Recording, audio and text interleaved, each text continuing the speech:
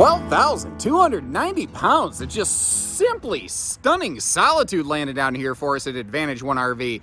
Painted, well kept inside and out. 2500 generator up front there that is wired through the factory gen prep to give you some off-grid extra kind of parking lot functionality. Even stackable washer and dryer in this thing. Basically, it looks like they just went down the list and said, give me everything. And that looks and feels exactly like what you're getting in this one. You're getting everything. All it's, you know, the wide body, the carpetless main deck slide, just huge panoramic window viewing. This thing just oozes opulence. This is awesome. Man, stuff like this doesn't just flow through the market every day. You know, a really high level, high echelon product that is also then, you know, very highly equipped with things like, you know, the installed washer dryer, a backup camera, the full body paint package, even that 2500 generator up front, which is not going to be enough to necessarily run everything on this all the time. What it might let you do is that, let's say you stop at like a Bob Evans or something like that. You want to be able to run that air conditioner. That should be enough, because one of the things they do on these air conditioners is they are wired up with a self-start kind of capacitor. So that 2500 generator should be enough to kick this over, to keep it cool enough in here where you're not going to, you know, hurt your dog while you're inside enjoying your breakfast scramble, whatever. The overall decor and everything in here, it's very, I don't know, luscious. It's got a very high class sort of look and feel. The window treatments, the cabinets, everything on this, I'm very impressed with. Everything in this looks very, very nice. This power theater seat over here, by the way, it does have a pair of those kind of removable side swivel stands that you can lock into those armrests if you want to sit right there. You know, maybe have an extra place for a drink, set down a dinner plate. Maybe you're doing a little work off like a tablet with a stand or something like that. And again, over here in the side, you can see we are carpetless, and this is a wide body product. So everything in here looks and feels bigger, and especially that extra tall walk-in slide out over here with the maximum size windows. Oh, it feels enormous in this thing. Now for entertainment, you see our theater seat over here. It puts us directly across from the entertainment, which is, I think, where you want it most of the time. But you notice that it's on a bit of a televator. So that TV is a power up-down kind of scenario. It's there when you need it, gone when you don't. Definitely a note out of Jayco's playbook, but I don't blame him. I like that, and it looks really, really good. Down below, we got the electric space heat and Tootsie Toaster. And I tell you, look at these side stands. Household and USB outlets everywhere. You've got the, not like particle board and press board kind of countertops here. Everything is either solid surface or hardwood. You can see how there's all hidden hinges through everything. Looks really sharp, really good. And again, when you want that extra breeze and airflow, if you're sitting here at the theater seat, whether you're watching TV or just enjoying the scenes and the sights, there's so many windows on this thing, it really doesn't matter where you sit. You can see everything from everywhere. There are pull-down roller blackout shades, by the way. And this kitchen is, let's see, how as MC Hammer would say it, I think, too legit to quit. But no, I am not going to do my famous hammer dance in this one, although there is room. Overall, this layout, it's very similar to, say, like a 32 RLTS Pinnacle or a 3120 Montana that you might be a little more familiar with us showing you here at Haylett RV. Well, down at Haylett RV, we're at Advantage One today. But every manufacturer, I've always said that every RV is, quote, the best for a different reason. And I believe that. I think that they all have a little bit different look, flair. I like the touches that they're doing here. Like the little organizer space here. Like you can walk in. If you're going to be, because I know some full-timers are going to be looking at something like this, you got a place where you can kind of organize maybe some bills, some envelopes, some things like that. The backup camera and the monitor is included. I can't tell you how many times someone's like, oh yeah, we're going to sell our camper. It has a backup camera, and then they don't give you the monitor for it. You don't have that problem here. The pantry is not the deepest pantry I've ever seen, but I'm not going to knock the camper for that. Wait till we get around here. There's tons more storage to go. We got that rain sensoring max air vent fan up top. And I love symmetry kitchens. Where, you know, you've got the same amount of counter space and cabinet space on either side of that big convection microwave right there. It's something that just always looks and feels really good to me. Very right, you know. Double wastebasket. Oh boy. Wow. Fell apart right there. Fell apart hard. Double waste baskets. And kind of a Grand Design signature feature. You've got the little puppy bowls here under the stovetop. Kind of goes along with their pet-friendly platform with being carpetless in the main deck slide right here. My dog's kind of a messy eater. I would still probably take those out, put them on the floor, but it is nice that there's a dedicated storage space for it. Now, here's another thing I really like about this. If you do want to set out, you're going to have some friends over, maybe you're going to have a little charcuterie platter, some meats and some cheeses, maybe some nuts, okay, some fruit over here. You got a cool little serving station when it's not TV time. I like the level exchange. I actually like that they lifted it up slightly as compared to the kitchen level so that stuff doesn't accidentally spill over into the TV televator from the kitchen area. I don't know. That's just a really smart, subtle touch that they put in here. I think was really well done. And even up here above the sofa, that is a big, tall chunk of cabinet space. There is a lot you could put in there. I almost think I would come up with some kind of shelf organizer. It's big enough. There is also a heck of a lot going on with the island that we haven't seen yet. First of all, you've got kind of like the big farm sink with the little veggie prep sink next to it. And you might have noticed there were solid surface covers for these. But another of those interesting little touches, they have a formed kind of cutting board over here. So it's very easy for you to do a little veggie prep, to kind of just flip it into the sink where it's easy to clean up, scoop out, stuff like that. Or just pick it up and slide it right into one of those double trash cans whose names I completely failed at saying. Wow, look at all the outlets down here. You've got 4 power outlets right here on the face of this island where you can get to them nice and easy. And I would say room for waste baskets down here, but I think that this could actually be some nice big pots and pans storage because you've already got a couple waste basket spaces right there. As we move forward here, you see that there's a little kind of shoe cubby right when you walk in the door and a little central vacuum cleaner hose hookup point.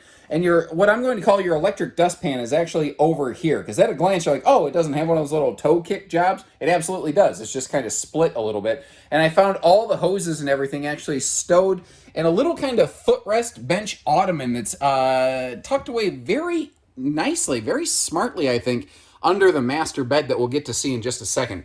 Big shower space here with that height adjustable hardware. It's about 6.5 foot tall in this upper deck, which is a very common height. One of the things I like, though, this is a pretty easy step-in shower, but it's got just enough of a tub, just enough where you don't really worry about water splashing out. Or let's say that you've got a little grandbaby for the weekend or something like that. You could take the shower hose wand, you could still give them a little bit of a hose bath. We are a little limited on towel space in here in that upper area. I think I would actually use that for like toiletries, though, because they did a smart thing with this bathroom storage right here under the sink where I think that could be some decent towel space, and that's wide open for a wastebasket if you want it. Now, moving forward here into this bedroom, big king bed, and that is a deep slide out. And that means that this thing has all kinds of big space up here in the bedroom area. Specifically, this walk-through space right here between the bed and the dresser. You actually need to stand up to get dressed, you can. And give me just a second. I want to get all this cracked open because there's a lot of storage going on in here. Well, there's that little hidden bench I was telling you about. It's a nice place if you need to sit down to put on a pair of shoes or something, you can. But it's also a neat little hidden storage chest. And that's where I told you all that central vacuum stuff was located. Now, I kind of already had the front closet mirror doors open.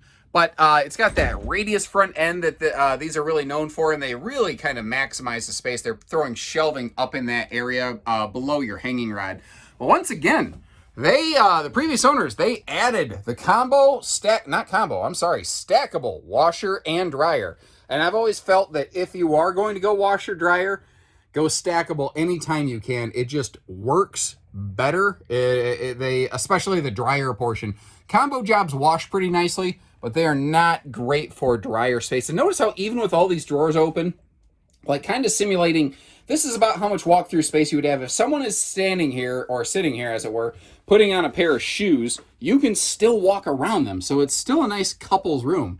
And again, just for a reference point, I'm about 6'3" tall. I've been talking a lot. My throat's starting to, I'm losing my voice here today. But plenty of headroom above me up here. This is a very nice, very spacious, comfortable living area up here. Whew, that is a good looking paint package on there. Very sharp, very sharp. They always look good. The other thing that's nice about paint packages is as this RV ages, you're not going to see it as readily because the paint is a little more resistant to weather effects, so it tends to stay looking good long term.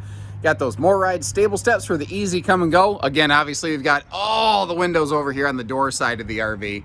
Just big tinted frameless windows looking fantastic. Slide awnings applied to this.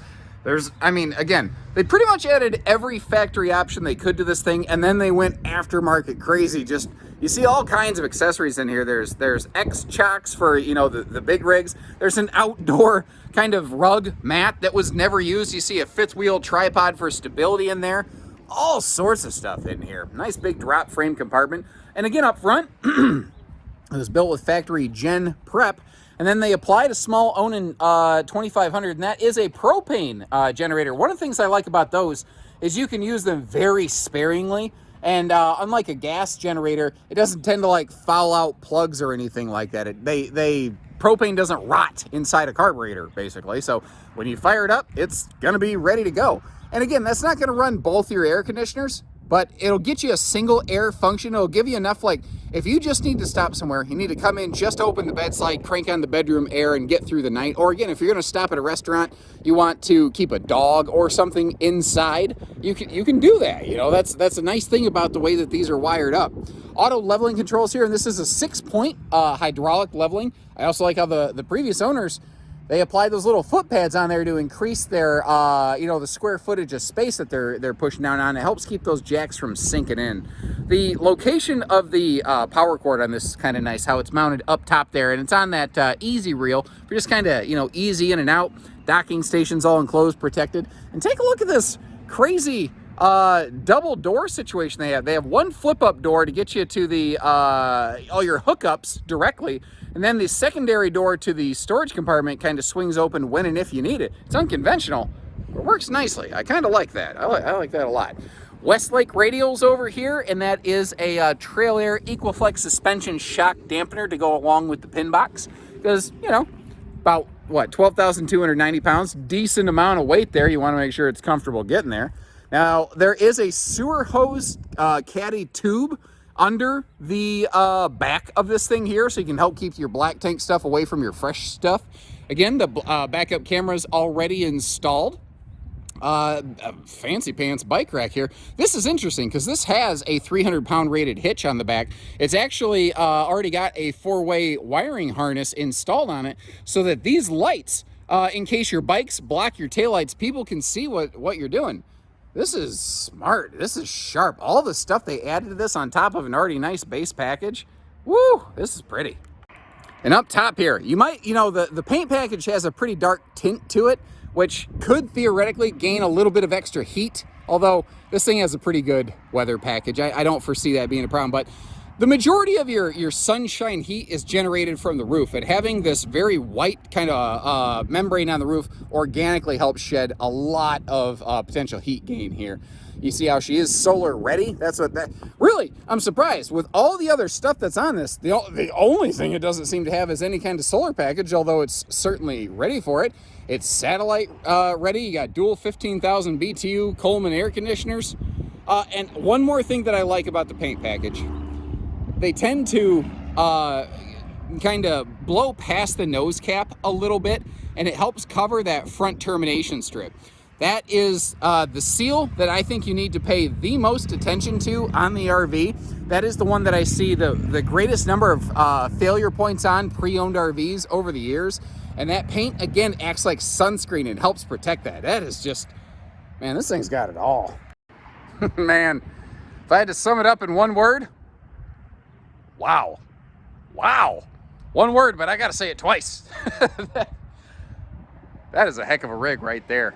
Despite the fact that it is loaded up, it'll not be the least expensive RV I think we'll have here today. I don't expect this to last too awful long. That is a hard thing to find right there. Loaded up with all that aftermarket stuff, but still getting a used price tag. That's an awesome mix. That thing is sharp. But that's my 2 cents. What do you guys think? Any questions you have? Anything I might have missed? Anything I got wrong? Let me know. Or If there's just something you like, click the like button on the video, hit the subscribe button, and follow along to us here. And we'll always do our best to bring you the, all sorts of different things as they roll through. So take care, stay safe, have fun, and happy Hail It camping, everyone.